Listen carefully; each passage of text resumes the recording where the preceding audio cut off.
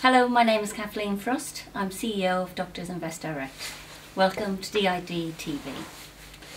We are going to discuss some very topical issues regarding pension legislation. And here to join me is my business partner Keith Taylor and founder of Doctors Invest Direct. Welcome, Keith.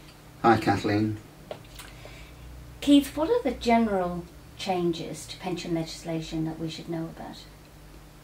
There are four issues. The first is the imposition of a new annual allowance for the amount that people can put into pension policies each year.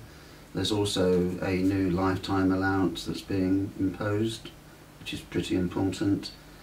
Thirdly, there are rules around pension accrual, which can have tax consequences as well. And then finally, there are changes to the rules regarding buying annuities and also something called income drawdown. What are the new limits of the amount that can be contributed to pensions in any 1 year? From the new tax year, starting in April, the government is reducing the annual allowance to £50,000. So that's quite a reduction in the amount that, as a maximum, can be paid into pension policies.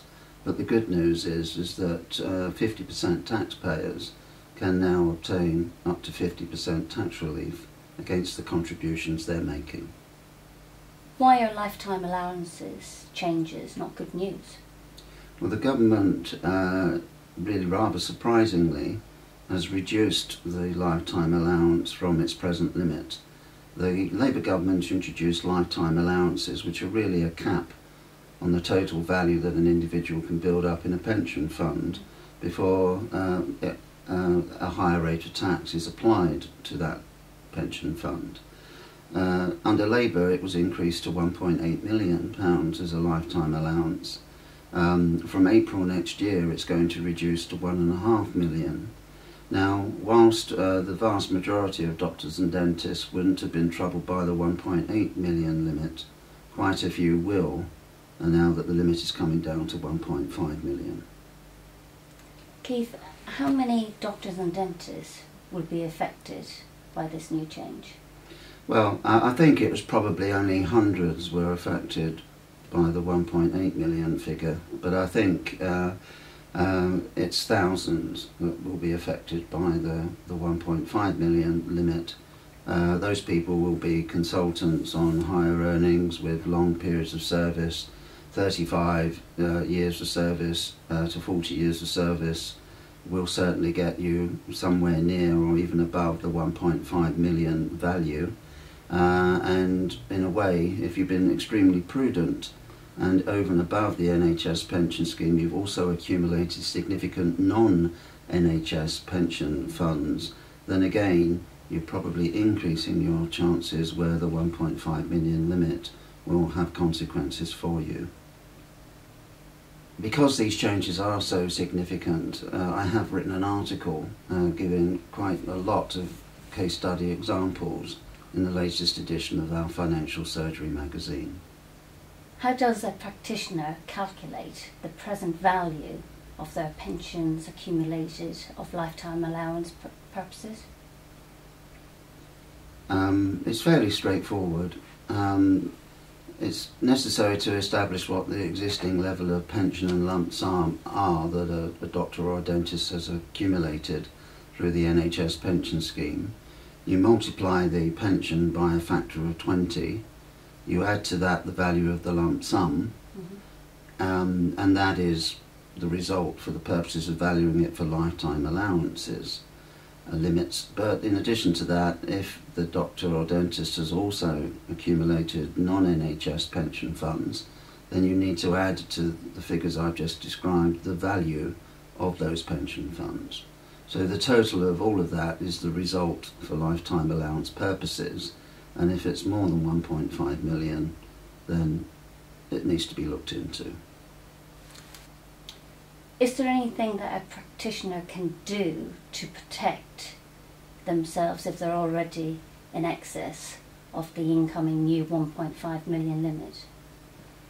Yes, indeed. There are things that a practitioner can do if they're around or at the 1.5 million limit. And it's best not to wait before looking into all of this. Effectively, I would encourage every doctor and dentist to obtain a statement as to the value of their benefits from the NHS pension scheme headquarters either in Fleetwood or in Scotland. Use that to calculate what the value is for lifetime allowance purposes, but it's important to do that very soon because I suspect there will be thousands of people who will need to obtain this information, and really if you wait until just before Christmas or just after Christmas to look into all of this, you've probably left it a bit late because you're not leaving a lot of time for the NHS people to actually do the calculations and get a letter out to you. So I would say find out what your position is now. If it is around the 1.5 million limit, then you can apply for something called fixed protection. Fixed protection effectively helps you to ring fence the value of the benefits that you've already achieved. So if you are at or around the 1.5 million, consider if you need to apply for fixed protection. It is quite complicated, really. I have tried to make it sound quite simple. I certainly would not encourage a doctor or a dentist to try to work this out for themselves. I would say it's extremely important that practitioners get independent advice from somebody who's well versed in the technicalities of the NHS pension scheme, as well as the general pension legislation, and specifically the legislation as it applies to these new lifetime allowances.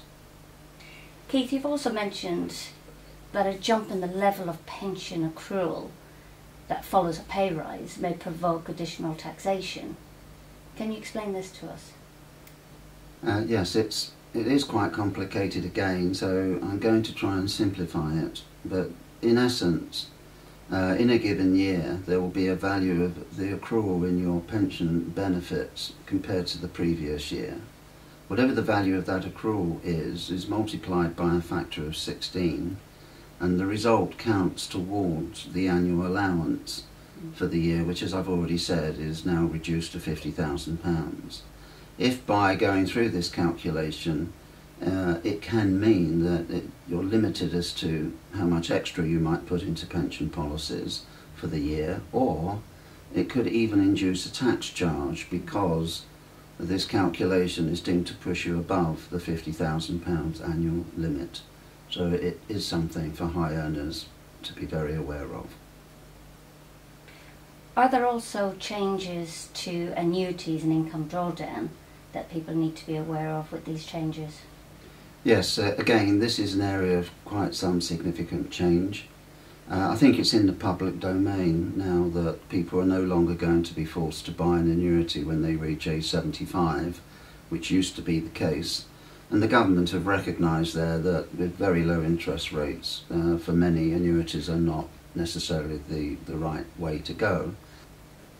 In addition to that, there used to be something called alternatively secured pensions, which people were obliged to go down as the option instead of buying an annuity when they were aged 75.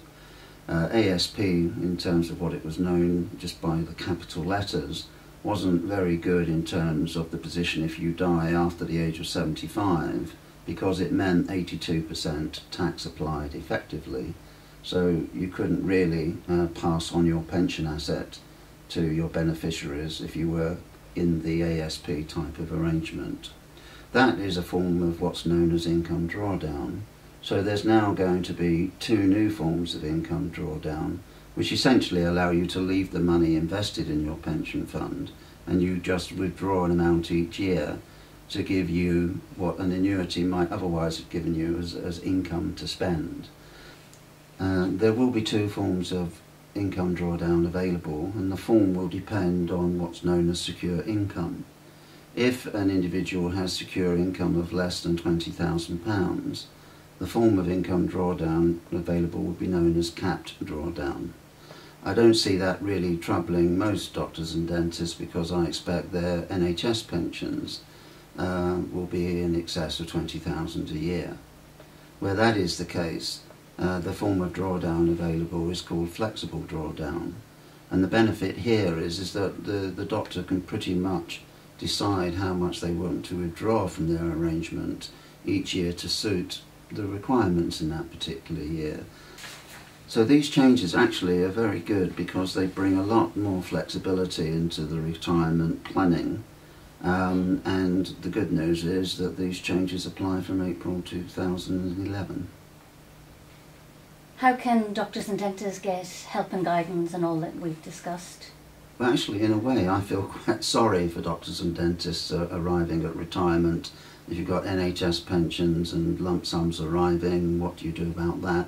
And you've got perhaps a non-NHS pension pot, and you have to decide what form of retirement provision you go for there. Do you buy an annuity? Do you enter a form of income drawdown? It's quite tough decisions to make. So I personally would be certainly keen myself to opt for the best possible form of help and guidance, and that really does need to be independent guidance, and ideally it needs to be from somebody who understands doctors and dentists, and of course we believe we're well placed to understand all of that. The other thing just to say is that we are frequently invited to go along to different parts of the country to give talks on pension scheme matters. So I'd just like to say to viewers that if you would like us to come to your part of the country to give such a talk to a group of doctors or dentists, then we'd be delighted to take up any such invitation. Thank you, Keith. Thank you, Kathleen. You can access recent issues of Financial Surgery and the Retirement Guide in the library section of our website. Alternatively, you can call us for copies, or if you need help and guidance, also please call us. Meanwhile, thank you for watching DID TV. Doctors Invest Direct is a trading style of Taylor Frost Wealth Management, which is authorised and regulated by the Financial Services Authority. Please note and read the important general information at the end of this videocast. The case studies or comments contained in this videocast do not constitute individual advice to viewers. Viewers should ask for personal advice before acting on any of the case studies or comments contained in this videocast. We are happy to provide such advice.